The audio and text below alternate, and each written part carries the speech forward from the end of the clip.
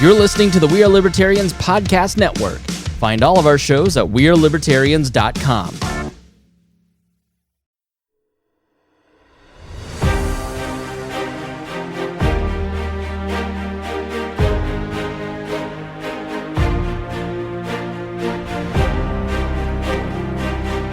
I have a question for you. What will your legacy be? Will you be remembered for your commitment to liberty, or will you waver at the sight of adversity? Will you hold the line and stand for truth no matter how popular it may be, or will you bend to peer pressure? Will you let your faults and failures define your story, or will you overcome your challenges and push forward in pursuit of something greater? Will you stand firm and be a champion of freedom, or will you let it be said that you did nothing? Throughout our history, ordinary people have risen to the occasion to do extraordinary things in the name of liberty. These people were not perfect, far from it. Yet in spite of their faults and failures, they never looked back. No matter how many times they fell, they continued to get back up. This is their legacy. Because of their commitment, our world is more free. Each and every one of us has the power to follow in their footsteps. It's up to us to pick up that torch. George Washington was the father of this country, but George Wythe was the godfather of this country. A teacher, a founder, a mentor, a lawyer, a statesman, and so much more. George Wythe, directly or indirectly, played one of the most active roles and important roles in the founding era. Nearly every reliable institution in American society today was influenced or altered by Wythe in one way or another. This man influenced much of the political climate of his day, altered the state of American education, and was the teacher and mentor of dozens of well-known founding fathers. He served as the inspiration for many key figures who serve as inspiration to many of us today. The passion and the conviction that many in that time possessed for the ideas of liberty can be credited to his effective teaching and strong moral example. He mentored future presidents, senators, Supreme Court justices, and a Speaker of the House. With a resume like that, it is somewhat surprising that the vast majority of people have never heard of him. He isn't studied much in school. There aren't any plays or musicals written about him. We don't put him on our money, and as far as I know, there isn't a George Wythe miniseries coming out on HBO anytime soon. No matter why he failed to obtain an immortal legacy like that of Washington, Jefferson, and Franklin, he certainly should be remembered in the same vein. The American Revolution may well still have happened without him, but the final result would likely look very different. Wythe was the founding mentor that can still teach us valuable lessons to this day. George Wythe was believed to be born in late 1726 in Elizabeth City County, Virginia. Although the exact date of his birth is unknown, he grew up in the Commonwealth and fell in love with Virginia. He rarely left its boundaries, even into adulthood. Like many in the 18th century, death was familiar to George from a young age. In 1729, his father, Thomas III, passed away, and George and his siblings were left to be raised by their mother, Margaret. Growing up without a father figure was difficult for George, but certainly not impossible. His mother was incredibly educated, especially for the time, and she helped her son grow in knowledge and intrigue. However, the vast majority of George's education came from his own willpower. The complications of his childhood strengthened him and built his character and resilience. He started to study languages such as Latin and Greek, philosophy, law, and politics. The full extent of his education may never truly be known, as many records of this information were either not kept or destroyed. However, it is certain that his personal pursuit of knowledge and virtue is what primarily contributed to forging him into the founding father that he would become.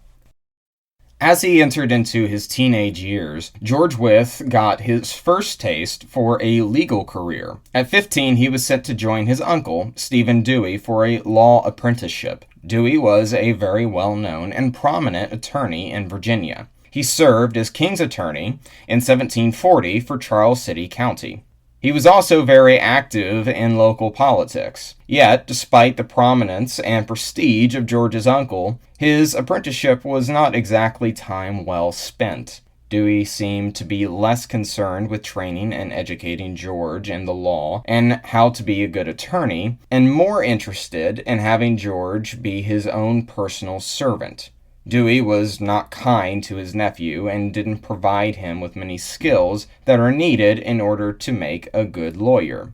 That's not to say Wythe did not receive any training whatsoever, but he was under the impression that Dewey was happier to have free labor than he was teaching him proper skills. Fortunately, Wythe was more capable than his uncle may have realized. He would later reflect on his apprenticeship with his uncle as an unpleasant experience, but it almost certainly taught him a valuable lesson that would stick with him throughout his life. If George considered Stephen Dewey to be an unpleasant mentor, more selfishly concerned with short-term benefits, then George would be the opposite. When he gets the opportunity to be in the same position as his uncle, he'll be the mentor that he never had. After his apprenticeship, he returned home and spent a considerable amount of time teaching himself the law. Committed to practicing law, he sought admission to the Virginia bar. He passed and was admitted to the practice in June of 1746. In his first legal job, he became a partner with an older man named Zachary Lewis. This was significant in Wythe's life because this was how he met his first wife, Anne, who was also Lewis's daughter. They wedded in December of 1747, but this was not meant to be a fairy tale ending for Wythe, it would appear. Anne died less than 1 year later, in August of 1748. This would be a watershed moment for a young George, as in his grief he moved to Williamsburg, Virginia, and fully committed himself to his career for the foreseeable future. Over the next 15 years or so, Wythe became not just a prominent lawyer, but a politician as well.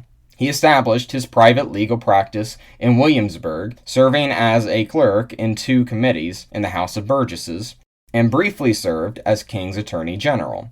His legislative career started in 1754 when he replaced a late Burgess until the end of the 1755 session.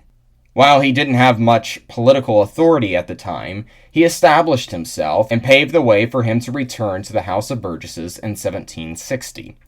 The whole time he served in the House, his law practice remained open. It was this that allowed him to gain a very specific reputation: an honest lawyer. Wythe had a strong belief in personal virtue, responsibility, and individualism. Reverend Lee Massey called him, quote, "the only honest lawyer I ever knew." Coming from a member of the religious community, that was somewhat high praise. In those days especially, clergymen and religious leaders would look down upon lawyers, believing that they would sell their soul if it meant winning a case. This stereotype was one that drove John Adams to overcome it. Keeping one's personal integrity and adhering to the truth was all too easy for Wythe, and he became a strong moral example for up-and-coming members of Virginian society. As it would turn out, one of those members was about to knock on his door. In 1762, a young 19-year-old student at the College of William and Mary named Thomas Jefferson was introduced to George Wythe by William Small, a professor at the college. Small had been instructing the young Jefferson in natural law and philosophy, and recognized extraordinary talent in the boy. Wythe also recognized it and agreed to take him on as his legal apprentice. Now, George Wythe had the opportunity to shape a young man in the way that his uncle never cared to. And it could not have been a more consequential man at that. Wythe and Small would have Jefferson over for their Friday night dinner parties. Jefferson became nearly inseparable with these brilliant men, and they would frequently discuss politics, current events, philosophy, and culture together. While it was only technically a legal apprenticeship, the result was so much more impactful than that. Arguably, no one in Jefferson's early life had as great of an impact on his beliefs and convictions as did George Wythe. What's more than that, this would turn out to be Jefferson's first founding friendship. Both men would go on to play crucial roles in forming a new nation. However, their friendship would prove to last their entire lives. Few people did Thomas Jefferson respect more than Wythe, too. He would write that, quote, "He was my ancient master, my earliest and best friend, and to him I am indebted for first impressions, which have had the most salutary influence on the course of my life." Toward the end of Jefferson's life, well after Wythe had died, he praised his legacy, stating that, quote, "No man had ever left behind him a character more venerated than George Wythe. His virtue was of the purest tint, his integrity inflexible, and his justice exact. A more disinterested person never lived. And his unaffected modesty and suavity of manners endeared him to everyone." Again, Wythe's integrity just as much defined him after his death as it did when he was called an honest lawyer by a reverend in his early career. With how much of an emphasis Wythe placed on public and private virtue, and how influential he was to many founders, it can be argued that perhaps only George Washington had a greater impact on America's moral compass than did George Wythe. Around the same time he was mentoring a young Thomas Jefferson, Wythe became increasingly vocal and animated against British oppression. In 1765, as the Stamp Act passed Parliament, Wythe took a very aggressive stance against it. It imposed a direct tax upon the colonists to pay off the war debts. Wythe's opposition to the act gave him the reputation of a patriot and a radical. This was yet another instance of Wythe's influence on Thomas Jefferson. Discussing political philosophy around the dinner table is all well and good, but meaningless without action. Wythe's political courage to speak out against oppression would inspire Jefferson to do much of the same throughout his life. It also made him very popular locally, and he was elected mayor of Williamsburg in 1768. For Wythe, independence was increasingly obvious. As the 1760s turned into the 1770s, George doubled down on his so-called radical positions. This raised his notoriety far beyond Williamsburg. In fact, at this time, Thomas Jefferson and George Wythe were becoming closer as colleagues than they were as teacher and student. They rose through the political ranks together, standing side by side in their fight against British oppression. But what was more than that, Wythe was helping Jefferson define America's soul, its guiding compass. It was one thing to be against the British, but what was it that they were actually hoping to achieve? Liberty, and nothing less than that. In the early 1770s, that meant getting the mother country to respect their rights. But after the events of the Boston Tea Party, there was starting to be a discussion about taking a more radical approach. In 1774 and 1775 in Virginia, two conventions took place to discuss Virginia's future relationship with Great Britain. The royal governor of Virginia, Lord Dunmore, had repeatedly dissolved the House of Burgesses at the slightest hint of conversations surrounding this subject. The official legislative body was not reliable for this reason, so representatives of the colony met in private. The Second Virginia Convention took place in March 1775 at St. John's Church. Notable representatives included George Washington, Richard Henry Lee, Thomas Jefferson, Patrick Henry, and yes, George Wythe. It was at this convention that Patrick Henry delivered his Liberty or Death speech, which became a battle cry for all patriots in the years to come. The Second Continental Congress was also preparing to convene in Philadelphia around this time, and Virginia selected its delegates during this convention. Little did they know, less than 1 month later, shots would ring out in Lexington and Concord, Massachusetts, and the American Revolution would begin. Wythe's pupil, Thomas Jefferson, was elected to join the Virginia delegation in Congress at Philadelphia. Certainly, this was a moment of pride for this mentor-turned-colleague. He himself remained in Virginia as the Congress kicked off. However, as the British threat in Massachusetts spread to the rest of the colonies, it was apparent that this would not be a mere regional skirmish. America was rather about to engage in an all-out war with the most powerful empire in history. As was the case, they required a strong, experienced military commander to lead the charge and maintain morale.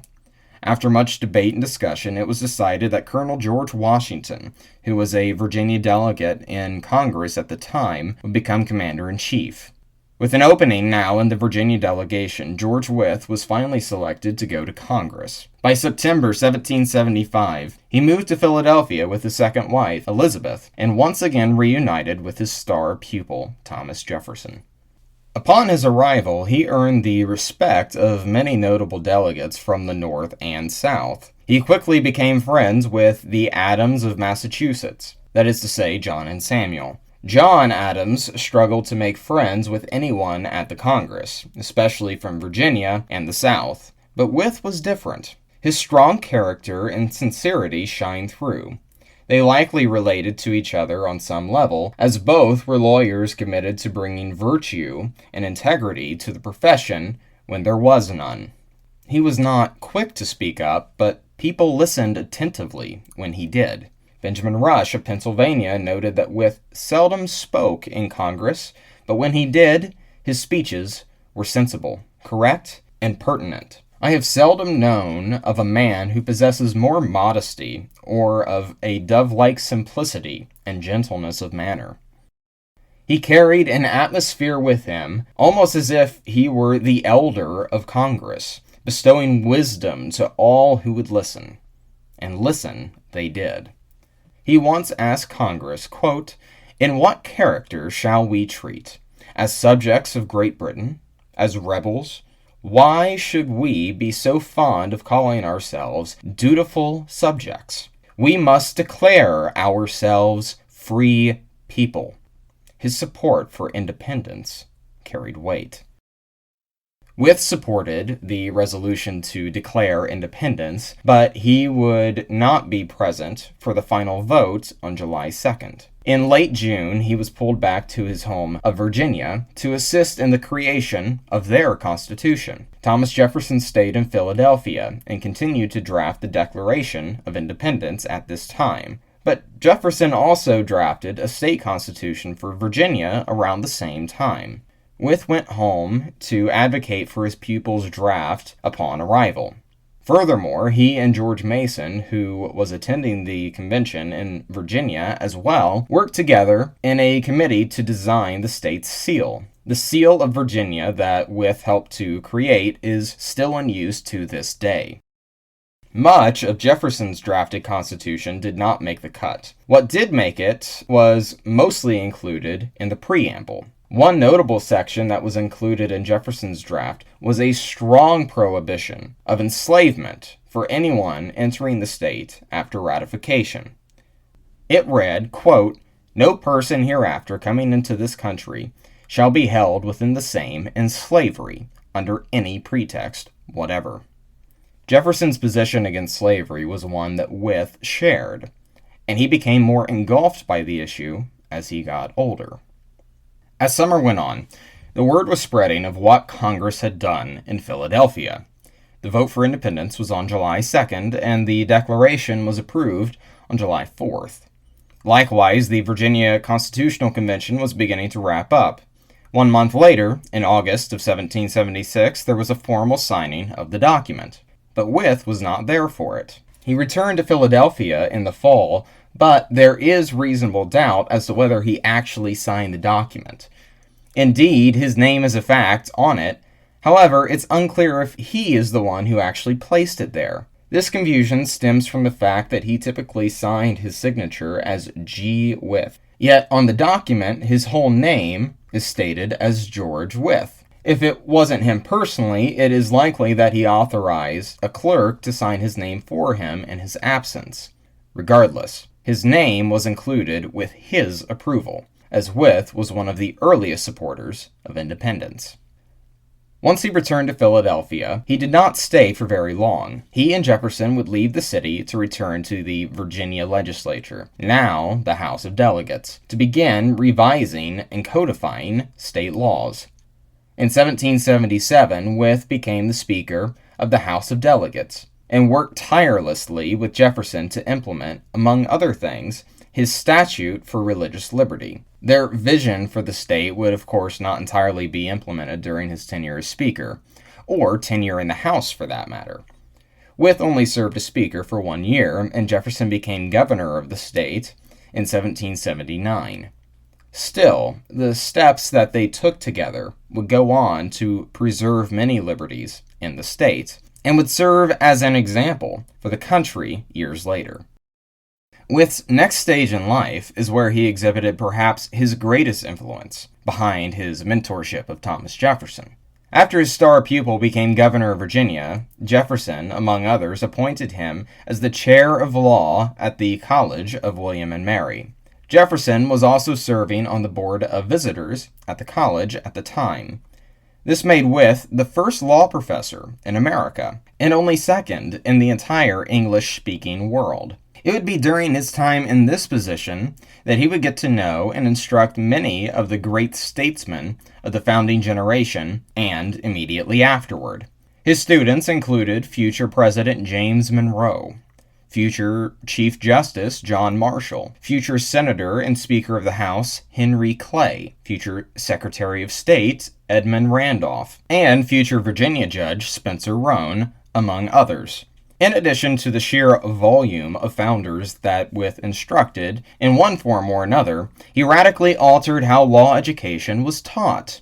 Many practices and theories now thought of as commonplace originated with Wythe's tenure as a law professor. Among the most impactful practices, he introduced the use of mock trials and mock Congress, or state legislatures. These simulations gave law students a real, practical understanding of how the legal and legislative process worked and prepared them for careers more than likely anything else before it did. Of course, in addition to this, he also lectured semi-weekly and assigned his students many treatises that had great influence over the founding generation. As he entered his elder years, he played one of the most pivotal roles in the solidification of the Constitution. Virginia was perhaps the most crucial state needed to ratify the document. Without the biggest and most influential state supporting it, even if it passed, it couldn't possibly command the authority that it needed.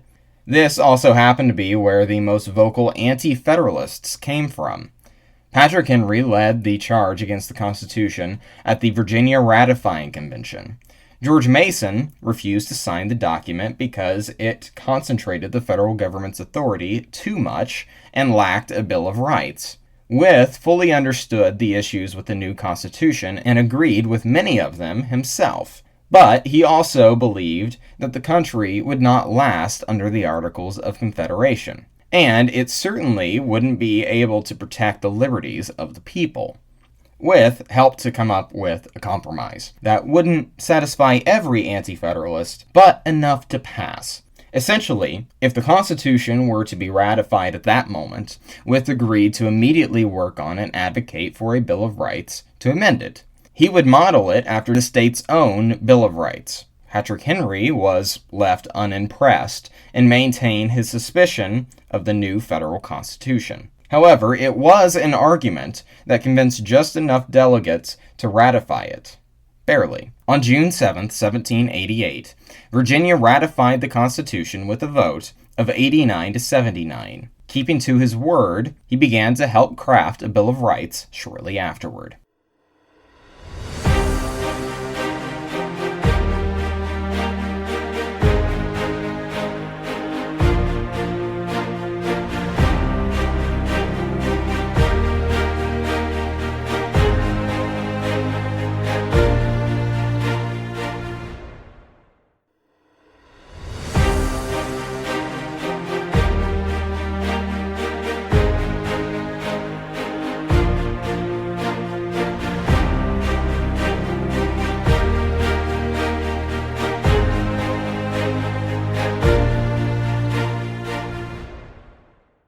In 1789, Wythe stepped down from his position at William and Mary as a law professor.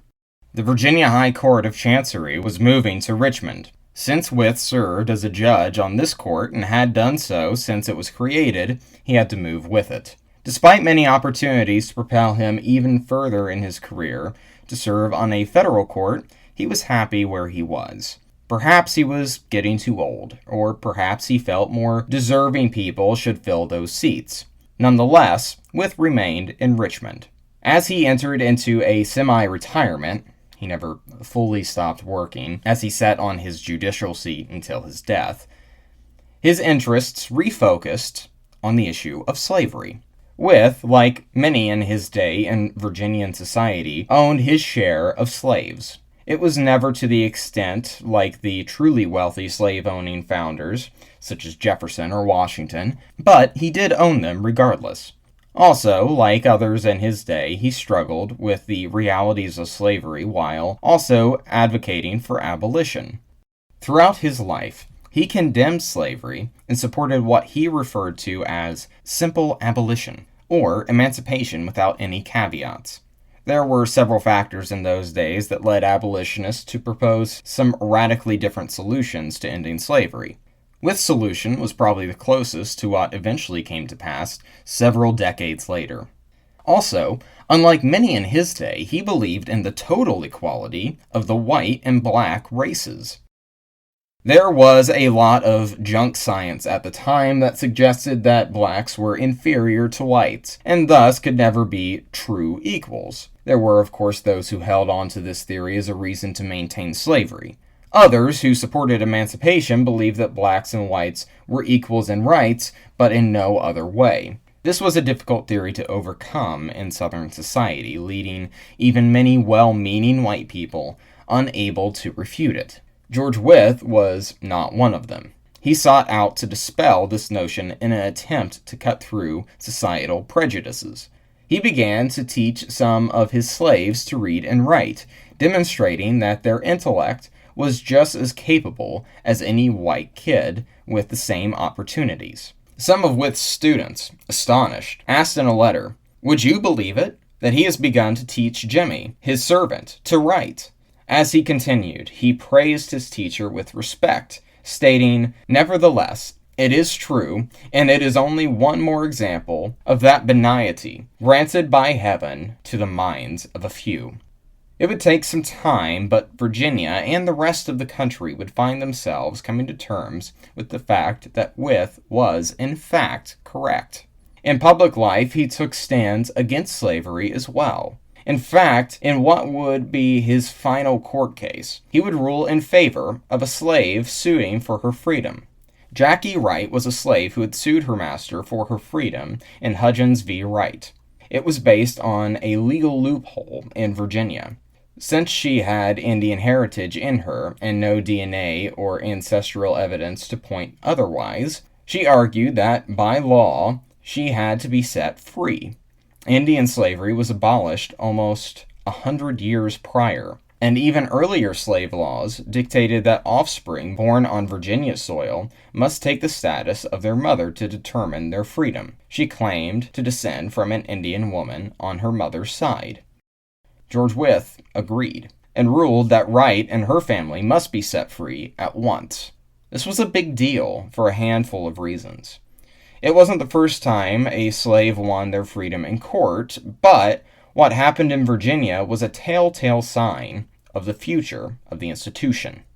More importantly, a slave being properly represented in court, getting a fair trial in the South, was a major moment. It set a legal precedent that slaves are, in fact, people, and have certain rights, even if those rights aren't respected by the law. They weren't property, but human beings. This and other similar cases would go on to inspire a textualist movement that sought to overturn slavery using the Constitution and the law as it existed. Ultimately, this method would not succeed, at least not entirely, but it continued to motivate abolitionists to fight for an anti-slavery constitution until it was officially abolished with the 13th Amendment. Indeed, this increasingly became the dominating issue in his twilight years. It's possible it may have even been the reason for his death. As he continued to speak out publicly and privately, not just for emancipation, but for total equality, he was increasingly burdened morally by the state of his own slaves. The fact that he preached for equality and liberation, but did not practice it in his own house, greatly haunted him. As stated in prior episodes, there are many complex reasons that those who advocated for abolition did not emancipate their own slaves. Part of it was financial impracticality. Under state law, freed black slaves were expected to be financially provided for by their former masters should they emancipate. Considering many Tidewater Virginians had hundreds of slaves while sinking into debt, that option wasn't very realistic. Wythe, however, only had a few dozen, and he decided that he could make it work. He began the process of manumitting his slaves until he washed his hands of the institution entirely in his own personal life. But he went further than that. He acknowledged their humanity in the process, practicing what he preached not only in regards to liberation, but equality. After he freed one slave, Linda Broadnax, she decided to remain with Wythe as a free woman with her believed-to-be husband, Benjamin, yet another freed slave. Michael Brown was a slave boy Wythe also freed who remained with him as Brown became his student. Wythe not only treated them with humanity, but he also paid Linda to work as a free service woman, cooking and tending to other household duties. In fact, he demanded any guest to do the same and pay her if they expected to be served by her. George took a particular liking to Michael Brown and saw great potential in the bright young boy. He likely viewed Brown as his definitive proof in Southern society that black people possess no disparity in intelligence simply because of their race, further proving that they were equal to whites. Wythe taught Brown literacy, Latin, Greek, and natural sciences, among other things. One could easily argue that Brown was more educated than an average white hill country Virginian in that day. As he grew in age, George Wythe included Michael Brown, Linda Broadnax, and Benjamin in his will, so they were cared for after he was gone. Linda and Benjamin were given parts of his estate, and Thomas Jefferson agreed to continue teaching Brown after Wythe's death. On the occasion that both Benjamin and Linda died, their inheritance would entirely go to Michael Brown. To the dismay of George Wythe's sister's nephew, George Wythe Sweeney, this meant some of his inheritance. This decision was made easier for Wythe given the fact that Sweeney was a drunken gambler and thief who proceeded to disrespect his goodwill and steal books from him so that Sweeney could fund his own addictions. However, if all of the individuals freshly written into Wythe's will were to die early before Sweeney, he would receive his full inheritance. On May 25th, 1806, a Sunday morning, Wythe had coffee prepared and enjoyed it with Brown and Broadnax. Nothing seemed out of the ordinary. Suddenly, the three became violently ill. George Wythe was 80 at the time, but he was in great health for his age. No signs of deterioration showed outside of the average 80-year-old. Furthermore, Bradnox was younger than Wythe, and Brown was still youthful. No natural reason could explain why the three had suddenly been thrown into sickly agony. 1 week later, Michael Brown could not recover and died on June 1st, 1806.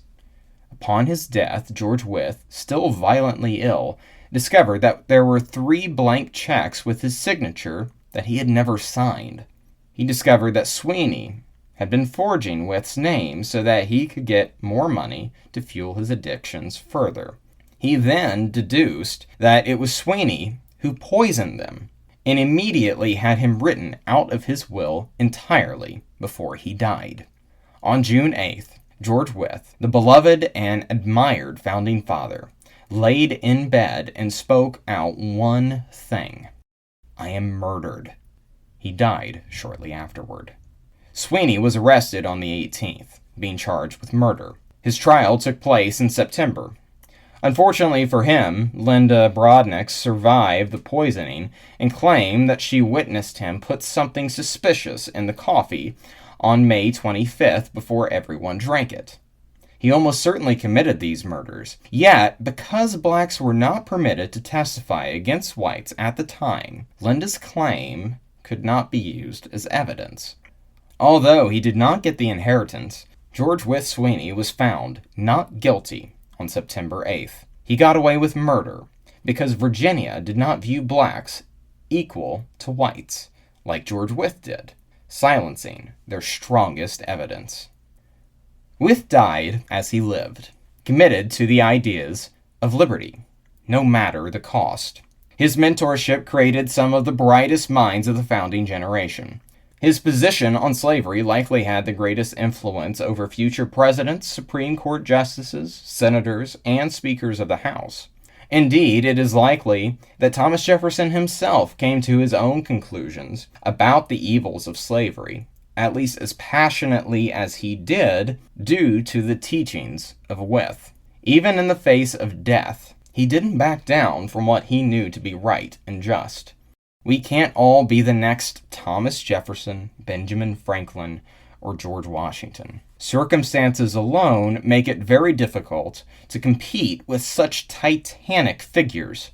However, everyone has the power to be the next George Wythe, to be the teacher and mentor that you yourself may never have had, to instruct a new generation about the virtue of liberty. If each of us is willing to take on that challenge, the next Titan of Liberty may be closer to us than anyone realizes.